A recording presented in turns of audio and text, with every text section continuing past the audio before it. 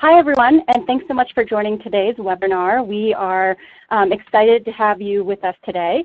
This is Summer Gathercole. I am the facilitator of today's webinar, and this is a 12-part series that's sponsored by WorkLife Partnership on innovative work incentive practices.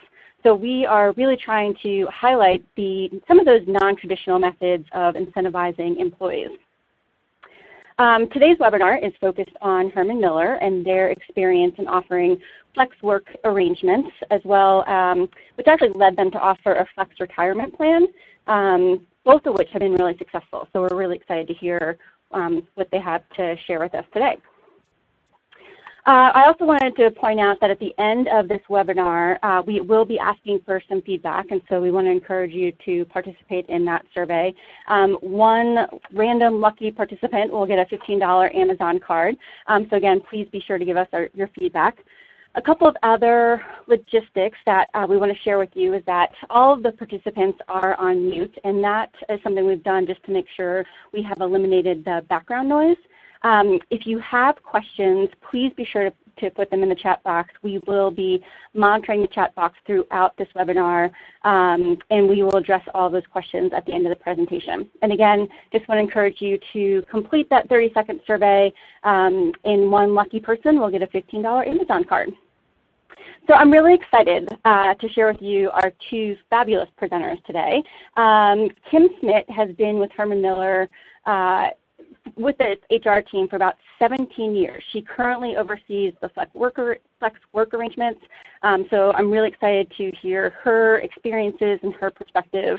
And then our other presenter, Deb Voss, has been with Herman Miller for 9 years. And if you guys notice a theme here, it seems that people who join Herman Miller's team actually stick around for a really long time. So I think that says a lot about their work environment. Deb loves helping employees understand their benefits and how to use them, which I think is really important because it's often kind of confusing and overwhelming to understand those benefits packages. So Kim and Deb, I just want to thank you for being with us today. And with that, I'm going to hand it over to you. All right. Hello, everyone. This is Kim Smith. I am going to kick off today and talk about Herman Miller a little bit and about our Flexible Work Arrangements program. The slide that you see up here has lots of words on it, and all of those words talk about why flexibility. So it might be why flexibility for you as an employee or why flexibility for the business. So all of the words in blue are those that benefit employees, and all of the ones in gray are those that benefit employers. And that's just to get us thinking about how important flexibility is and that it's a business strategy that benefits employees, and it can be a win-win situation when done correctly. And so I think that's a key to think about as we talk about flexibility today. It's not just an employee benefit. And we can move to the next slide. So I am going to talk about our Flexible Work Arrangements programs, and then in the second half, I'm going to pass it over to Deb Voss, who is going to talk a little bit more in depth about our phased retirement program. And so with that, I'll start off by just giving a little bit of information about Herman Miller. At Herman Miller, our mission is inspiring designs to help people do great things. And we are a 100-year-old plus company.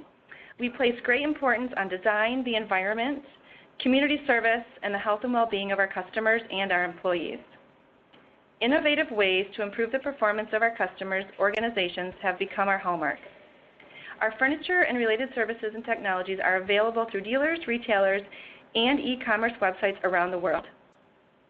Whether your world is an office, a school, a home, or a hospital, and whether you are a customer, an employee, a shareholder, or a member of our community, at Herman Miller we work hard to create a better world around you. We became a public company in 1970. We had net sales in fiscal year 2016 of approximately $2.26 billion, and we do trade on the NASDAQ with the symbol MLHR. The slide here shows some of our different subsidiaries, and we have nearly 8,000 team members worldwide, many of them in manufacturing, but we also have sales employees, professional employees, so we have a lot of different employee types. And I think that's important to understand as we talk about our flexible work arrangements program. So before I jump into our programs, I'm just going to take a step back and do a little bit of a business case for flexible work arrangements. Some people intuitively understand why it's a good thing for the business and why we need to implement them. Some people don't. So if you take a step way back and look at the world and how the world is changing, we've had a lot of economic uncertainty, vanishing boundaries, a lot more connectedness. Our workforce is evolving, and there's a big focus on sustainability over the last decade, which impacts the way we work because the world is changing. So at work, things are more complex. There's more focus on collaboration, social skills, and technical competence. There's a lot more time pressures. People are integrating work and non-work demands. And work has become something that you do and not a place that you go. So then that in turn impacts our workplaces, and we need to change in order to support the way we work and our people that are coming to work. So we might do things like controlling or cutting costs. We need to support different work styles. Our employees are demanding more choice and variety. We really want to make sure we're connecting people to our brand and not just selling a product. And then we just need to be more flexible given all that's been going on in the world. So here at Herman Miller, we really want our managers to see flexible work as an essential tool for managing their team. So it's not just a nice to have, but it's something they really need to figure out. And I think that's important. Just a little bit, I'll back up a little bit so you can understand our business. We, as you saw, have people all over the world. We also have multiple facilities. And so even if we all work in West Michigan, we might be working in different buildings. And so this really applies to almost every team in every situation where you're not going to be physically seeing somebody on a daily basis. So here's the things that we say flexible work can help with. It offers leaders and team members a way to manage their work and meet global business requirements. It provides options to assist team members in meeting demands at work and at home. And then overall benefits, there's a lot of things that are improved. We have improved retention. Employees stay because we're being flexible with them. Their commitment to us is much higher. We see improved productivity and improved service. And all in all, that's a big, huge talent attractor. People want flexibility and they want that work-life balance.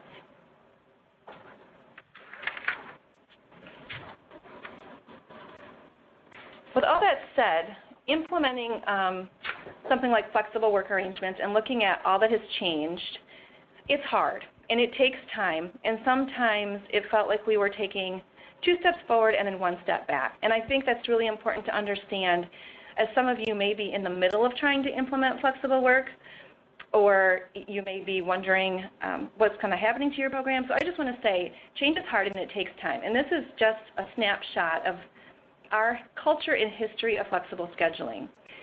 So, we've been around for over 100 years, and we have always had a really good culture of valuing the whole person. And one of those historical things that we do here at Herman Miller is called the water carrier celebration. And so I'm just going to explain what that is a little bit, and so it will give you an understanding of our culture. So this is how we explain it to our employees. Water is a necessity for life and an enduring symbol of sustenance and rejuvenation. Tribal water carriers thus hold a special position, one of importance and responsibility. They bear and supply one of the body's and spirit's most basic elements. Corporations like tribes have water carriers, people who preserve and exemplify for the group the essential elements of continuity and commitment. Corporations, no less than tribes, honor and esteem their water carriers. And at Herman Miller, an employee becomes a water carrier after 20 years of service. So every year we induct new water carriers, and we have a celebration with all of the water carriers that have already been years prior. And I think that piece is really important to understand, that we come from that culture. We've also always had a policy where flexible scheduling was in our policy book, and it said that we supported it. It wasn't up until 2010 that we said, I think we need a little bit more than just a policy. And so we did some additional benchmarking. We got feedback from employees, from leaders, and we put together a very large team of HR people, of employees, of supervisors, compensation, payroll, benefits. Everyone was included, and we decided we needed to make this more of a cohesive program. And so we rolled out in 2011 the program that I'm going to show you, and it took us a while. I mean, you'll look at this timeline and think, why did this take so long? But it's all about continuous improvement, and it's about communication and that change management portion of it. When we rolled out the new program in 2011, we did not have approval yet for our Flex Retirement Program, and so we decided to roll out without it, and then took that year to refine it and gain approval, and then we rolled that program out in 2012. And since then, we've been doing continuous improvement. We do formal surveys. We do informal surveys. We started out with a paper form that went back and forth for approval and additional resources on our intranet site. In 2015, we rolled out an electronic system that's in the cloud so employees can request and approve whatever type of flexible work arrangement they would like. And we are currently working on doing updates to our resources, and we recently did kind of an overhaul to our processes and resources for our phased retirement program. I think the key here is that we created a program that was flexible, and we continue to improve it based on feedback. So on the next slide, I'm going to explain to you what types of flexible work arrangements we have here at Herman Miller. But before we do that, I'm wondering if we could get the listener poll to come up and we could find out what other companies have available. So if you could just fill this in. My company has the following types of flexibility options. Just choose all that apply.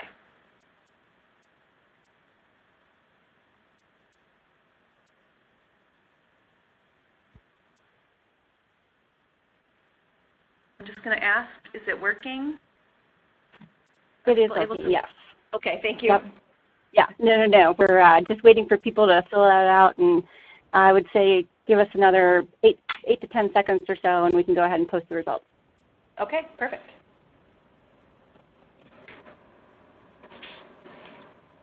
While we're waiting, I have to share that I love that water carrier analogy. That is just really smart and beautiful. I love that, so thanks for sharing.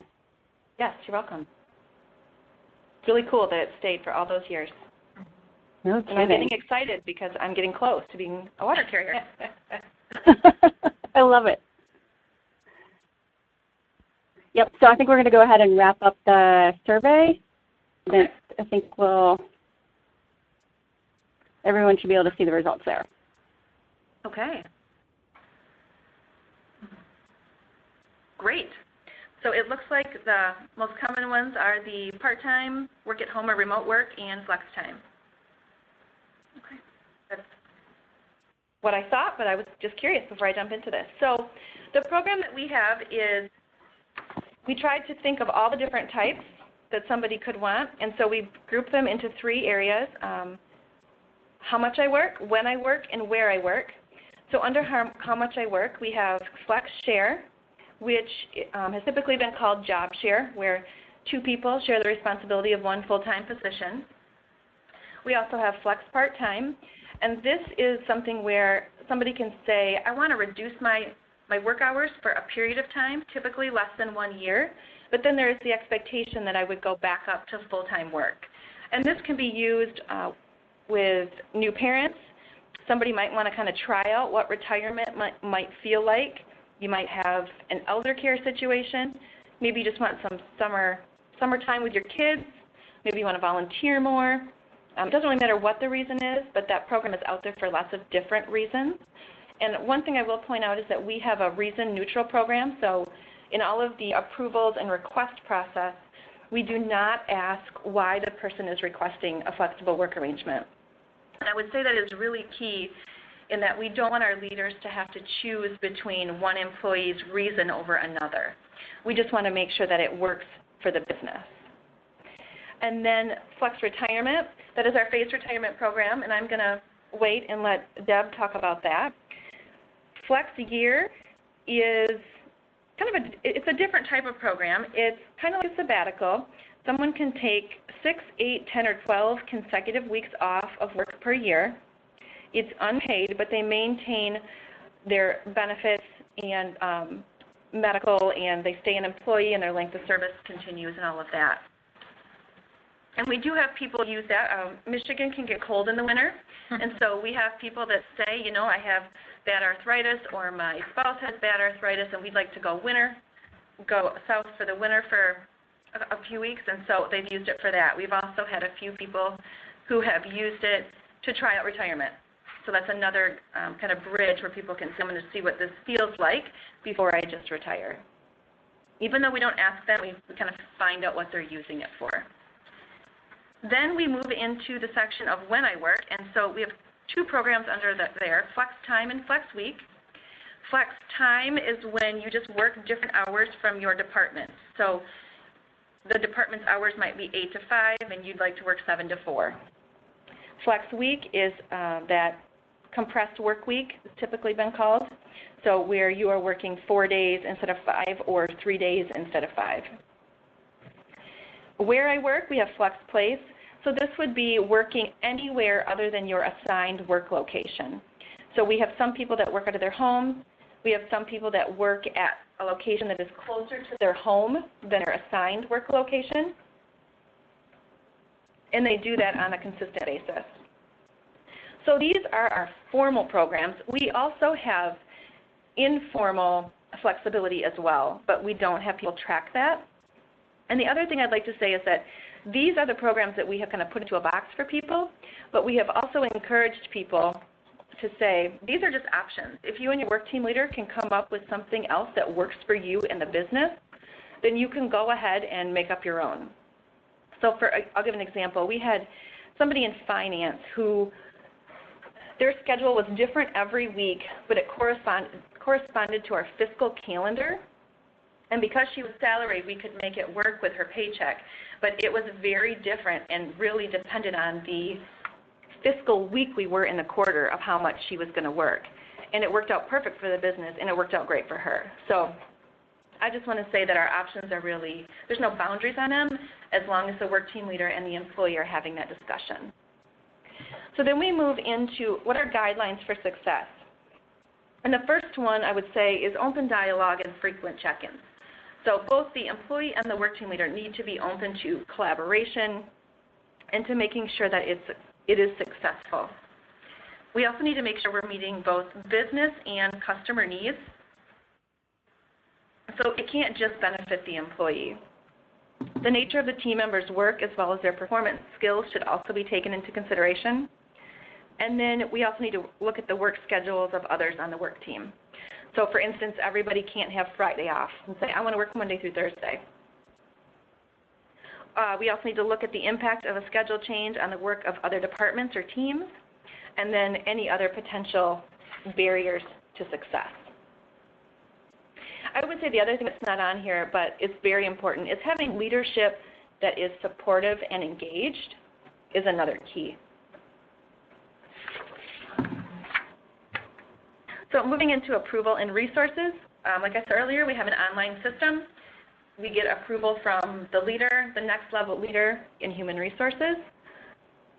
We have printed guidebooks available in print and electronically, FAQs, an intranet site, and then we have e-learning that's like 7 to 10 minutes long, and we have some optional in-person training. So that's all I have as far as flexible work arrangements. If you guys have questions, put them in the chat box. And then I am going to hand off to Deb, who is going to talk specifically about our Flex Retirement Program. Thank you. Good afternoon, everyone. I'm Deb Voss. I am the Employee Benefits Manager here at Herman Miller.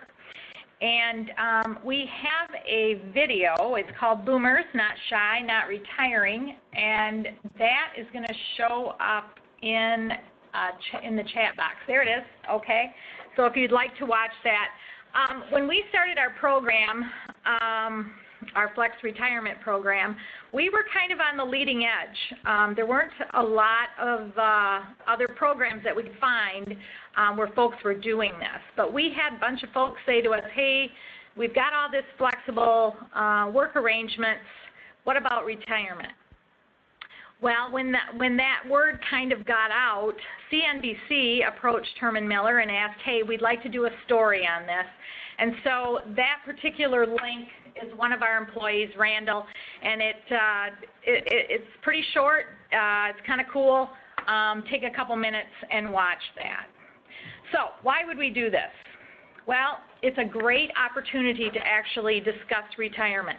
Retirement's kind of a scary conversation, and when given the opportunity to talk about it, some folks are more than happy to talk about it. Others don't want to let their employer know that they're retiring.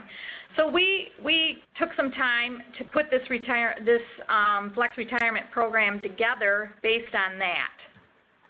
It offers a lot of choice in exiting the company, and it's a really great way to transfer knowledge from one generation to the next generation.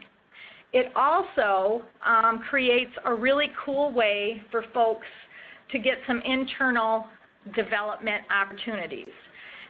In my own department, I have someone who is currently in the Flex Retirement Program, and she is mentoring a younger millennial, and she will be taking over her job, and it's really creating a very cool experience for actually both folks who are involved. Next slide. Okay, so what does retirement actually at Herman Miller look like? Well, we have a 401k company match. We also have a 401k core contribution that is given each quarter. Profit sharing, if we have a profit, folks are given a profit sharing contribution, and that is made annually. Our formal retirement program, we consider someone a retiree if they have at least 55 or are 55 years old and have at least 5 years of service. So, Flex Retirement, as Kim mentioned, it's just one of our programs within the flexible arrangements. The picture on the side is, you're not going to be able to see that real well, but it's kind of carved out. There's Flex Retirement. And also, as Kim mentioned, it launched in 2012. It was a little more difficult, I think, to launch. We had to honestly get leadership around it and around the idea. And once we did, it really has been very popular. So, in order to be part of the Flex Retirement Program, you have to be 60 years of age or older. And again, you need to have that 5 years of service. The requirements are basically that you're going to reduce your hours. So you have to reduce at least to 32. You have all kinds of options there. You can do 32, 24. You do want to do at least 20 in order to get the benefits. And you also need to pick a specific retirement date. And, of course, you need the approval of your supervisor. That's a conversation, sometimes a difficult one to have, depending on your supervisor, but we are very supportive, and so is our leadership. Therefore, it has been very successful. And you have to have an approved transition plan. This has been one of the areas where when we first rolled it out, I think we had a little bit of stumbling going on because people really don't know how to transition their job. Again, I will use my employee in my department as an example. It's sort of like I've done this job for a long time. I know how to do it, but I really don't know how to teach or train someone else to do it. So we want to make sure that you have a transition plan or at least something thought out and outlined. And then the transition period is anywhere from 6 months to 2 years. if the employee decides to take flex retirement, they are able to maintain their full-time status for medical benefits. So that's a huge cost savings for folks. So they do not have to have the prorated part-time rates. They are given the cost of medical at a full-time rate. That has been basically the biggest carrot for taking flex retirement. So one of the tools, and I would really have to compliment Kim on this, she put a lot of work into the Flex Retirement Guidebook, and it's had a few alterations here and there. I think we just did an alteration 2 weeks ago. Things change, or we refined something. So basically, you can find about any question you might possibly have in there. How do I participate? What are the advantages, the disadvantages? What happens to my benefits, payroll? What does that part-time status mean for me?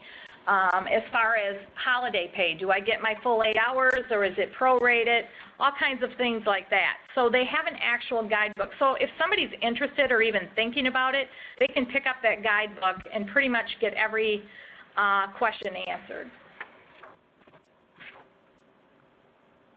We also have other resources. And one of the things that Kim and I have been doing over the course of, I would say, the last 6 months as we've refined the program, we actually meet with someone who's interested in flex retirement. After we'd had the program in place, I'm going to say about 2 years, we said, you know what, we need to survey people. What's working, what's not working? And of course, management always wants to know what's going on with this program. So Kim and I went out, we surveyed the folks who had been in the program, the managers, got some feedback, and we found out that we had a lot of confusion in different areas. Didn't know I could do that. Oh, I didn't understand that. So we decided that when somebody pulled the trigger of interest and wanted to actually have a discussion on it, Kim and I meet along with their human resource representative and their team lead or manager and have that discussion with the employee so everybody knows and understands the program and how to best be successful at it. We also have some flex retirement tools in our workbook. It helps, again, with that transition plan and the knowledge transfer. Lots of frequently asked questions are available. We have it on our intranet site. Everything's available in paper or electronically to the employee. So if they're interested in the program or if they're in the program, they have lots of resources at their disposal. So how is the participation and in the program going? Well, when we first proposed it, we needed to know how many people will this impact, how are we going to do this, what age do we use, what service do we use, all that good stuff. And actually, we figured we were going to get about a 10% participation rate, and it's fluctuated a little bit between 10 and 15%, but that's right where we landed. Majority of the folks are about age 60 to 63. Almost all of the folks that enter into the program have at least 10 years of service, and it's divided about 60% hourly employees and about 40% of our salaried employees are taking advantage of it. And we really truly do have the person on the manufacturing floor, and we also have had a VP actually take advantage of this program. So it's really all across the board, which is really cool, I think, because it means it's available to all employees. So with regards to the program, about 50% take full advantage of the 2 years. 20% may change their retirement date. They find that, hey, I can do this retirement thing. Again, it's open conversation with you, your manager, with HR, making sure everybody's on the same page. And I don't think we can stress that enough. You really do need to have open communication and be chatting about the program, about the transition, and about the work. 50% of the folks reduced to 32 hours per week. and approximately 20% phase their hours. Now that, to me, I would like to see that number a little higher, because really the program is about phasing out and phasing into retirement. So we got some work to do there, and I don't know exactly why folks aren't phasing out, but we have some questions around that, so we'll probably be doing some surveying on that. All right, the challenges of the program. Rebalancing the work. Yep, that's a tough one. When somebody goes to 32 hours, there's 8 hours. How are you going to handle it? How's the department going to handle it? There are budget constraints. We have some managers who are all about it and figure it out quite quickly. Others can't seem to figure that out. That's when Kim and I try to help with that, or if the HR person is involved, they may be able to help. We've had some problems with communicating the program. It seems like when we first sent it out, we had lots of interest, and so it's kind of like, how do we keep this in the forefront and make sure that people know that the program is there and available to them? And then there's the transition accountability. Making sure that everybody's accountable. Again, open communication. One of the tools that's available to employees and managers is kind of a checklist. Where are we at? Let's meet every 3 months, see where we're at, see where the workload is. But again, using the tools is very important and all available to them. So on this slide, we have some examples of folks who actually have taken and used Flex Retirement. I'm not going to read through the whole thing because the whole power slide will be available to you. But if we look at Bob in the middle there, he chose a 2-year transition. So for the first year, he worked 32 hours per week. The second year, the plan was that he would work 24 hours per week. Basically, he redistributed his work to other team members, and they evaluated the current work, which is currently what we're actually doing in my department again. We're looking at what is the work that we're doing. Is some of this work really value added? Do we need to keep doing this? Is there a better way to do it? It's a great time to pause and look at some of that. The cool thing about Bob is that he worked here, I believe, over 40 years, and he decided that he wasn't quite ready to stop working, so he actually came back and works in our mailroom through a temp agency that we use here at Herman Miller, and has been enjoying some of the same relationships and seeing folks when the folks in the mailroom are off on vacation or need a day off. We get to see Bob, so it's really cool. Why flexibility? I think Kim went through this. Again, this is just for your information. But I really do believe that it does increase employee retention. We have an employee population that is extremely pleased with Flex Retirement. Kim and I just met with somebody yesterday, and she couldn't thank us enough for the program, as if, you know, we had created it. Well, Kim kind of created it. But it has been really well received by both employees, managers, and I think the leadership here is really excited about it as well. That's really all I have on Flex Retirement. Kim, I don't know if you had some other thoughts that you wanted to wrap up with, but otherwise I think that's our presentation. Thank you so much. Deb and Kim, thank you so much for taking the time to share all of it with us. I have to tell you that I really appreciate, you know, your candor, especially in the beginning, that this is hard. And I think one of the things I'm most impressed with is just how many options that you offer your employees. So it's not just here's one option and you can take it or leave it. It sounds like you just have a variety of options, and even beyond that, if it's not in the workbook, then let's still talk about it and see if it's possible. And I also love the fact that when you put together the flex work arrangements as that kind of foundation level for the retirement piece, that you had the full team weigh in, so that there are people from all levels and all departments across the company. So kudos to you. Obviously, it's working because you're getting great feedback from your employees, and it sounds like retention is really good. Deb, I did want to ask a clarifying question for you. I know that you had said 20% of the participants in the Flex Retirement Plan change their retirement date. Just to clarify, is that to make it to retire sooner? Is that why they're changing their date?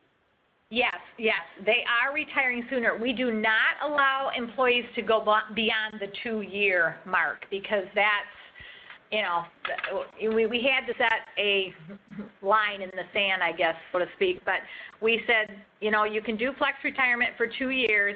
However, if, let's say, after that first year, you decide, you know what, I can do this, I can do retirement, I'm ready to retire, I've got my replacement trained, everybody agrees, they can certainly retire sooner. And we have had folks do that, as the 20% is. Got it. That's great. I'm also curious, too, just between your flex work arrangements and the flex retirement, are you finding that it's kind of equal usage across the company? So are your frontline employees taking as much advantage of those incentives as your managers and leadership are? So this is Kim. If we look at all of our programs and all of our employees, we have about 250 people in our sales force, and they all work remotely, so they are all doing some type of flex place. And if we look at our hourly manufacturing population, they are not able to utilize all of the programs just because of the nature of their work. So in the manufacturing environment, flex retirement is the most used, and I would say in our knowledge worker type positions, flex place and flex time is what is used the most. So it is different depending on where people work. Got it. That totally makes sense. So another question that's come in is just that I think you had shared that it's kind of challenging to get leadership support, especially when you were trying to set up that flex retirement plan. So how did you finally get that leadership support? How did you get their buy-in? So the roadblock for us really was with the carrot, as Deb talked about. So how are we going to get people to join? Because people aren't just going to jump onto a program and give us their date and, jump through hoops for us. So what are we going to do to incent them to join? And so we had so many different ideas.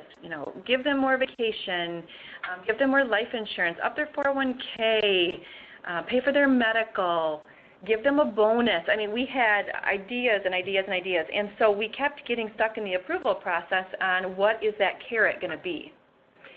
The other piece of it was the cost. And, this is going to add more cost. What are we going to do about the budget? We are a very budget-driven company and headcount-driven company. And so it finally was just we kept going back to the well with different options, and we kept saying we've surveyed, people want this, people are asking for this. We have a very high percentage of people in this age group, and they cannot all leave, or our company is going to be in trouble. And so we just kept going back, and it was time, and it was conversations, and finally leaders came back to us with what carrot they wanted to use, and then we were able to get it implemented. And one thing I will say about the entire program is that I had $0, zero budget to implement the program. So this isn't something that has to cost a whole bunch of money. You can just do with it you don't have to spend money. Like, we didn't have the system in place at first. We just did paper, or we used what we had. And so I want to encourage people that don't get stuck in thinking you need a lot of money, or if you can't get everything approved you want to get approved. I would encourage you just get approved what that one thing might be, and take a baby step forward to that move to flexibility, because it will be worth it in the end. That's great advice. I think last question, unless there's any others that come in, is just, do you think that any and all companies can consider kind of offering those flex working arrangements or the flex retirement plan? I mean, do you think it's just something that is within your industry, or what advice would you give to others who are interested? Well, this is Kim, and I'll weigh in, and then if Deb wants to weigh in, she can weigh in as well. I would say it shouldn't matter what kind of company you are, big or small, or what you do or what you make. I think it's really about looking at your company and your values and what works for you and making sure the program works for your company. So what works for us here at Herman Miller might not work for somebody else. You really have to look at what are our values and what is the reason for us doing one of these programs, and then just make sure it fits with the company. And the other thing I would say is to not overcomplicate it. We tried really, really hard to keep it simple so that it wasn't a lot of red tape for people to join. I mean, we had to have we have those 2-year time frames, and there's some agreements people have to sign. But we didn't want to say everyone has to transition out in 7 months, and you have to, go down to 32 hours and then 24 and then 20. We realized that it was going to be different for every person and situation, and so we kept that part really flexible. And I think that is what has made it successful as far as phased retirement. Yeah, and I know we've already said this, but I would say I'm going to just repeat it, and that is because we had the flexible work arrangements already in place, that was the key to really being able to allow a flex retirement. And if we had not had that, because we already learned from that, okay? And like Kim said, we tried to keep it as open as possible and flexible. I think that's probably overused. However, it really truly does need to have quite a bit of flex, and that will help with the success. Got it. That's great. So we had one other question that came in, and then I think we're going to go ahead and wrap that up. But this question is, do you have any guidelines that employees can use to set up a mentor relationship with the person who's phasing out and the employee that's being mentored?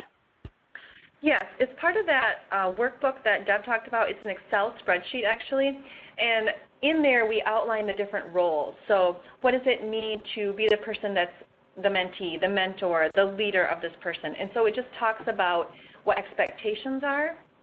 And so that's as far as we've gone. We probably could do more, but for now that's what we're using, and that's been helpful. And if anyone has any additional questions, Deb and I are happy to follow up with anybody offline as well. Fantastic. Well, Deb and Kim, again, I just want to say thank you so much for taking the time to be with us today and for kind of providing such a wonderful overview. I'm not surprised that you have so many long-term employees at Herman Miller, because it sounds like you do a lot and you offer them a lot. So clearly they feel really valued. So again, thank you. For those of you who are participating in the webinar, I just want to encourage you to complete this 30-second survey that will be showing up on your screen when we close out this webinar. And as I said earlier, one lucky person will get a $15 Amazon card. You will see that you can join previous webinars and resources via the link that we had on the previous screen. And just want to encourage you to mark your calendars. July 26th, we will hear from Vail Resorts about, both from their corporate side and their foundation side, about the different incentives that they offer their employees. So that's July 26th at 11 a.m. Mountain Time. Thanks everyone for participating today, and enjoy the rest of your day. Thanks again.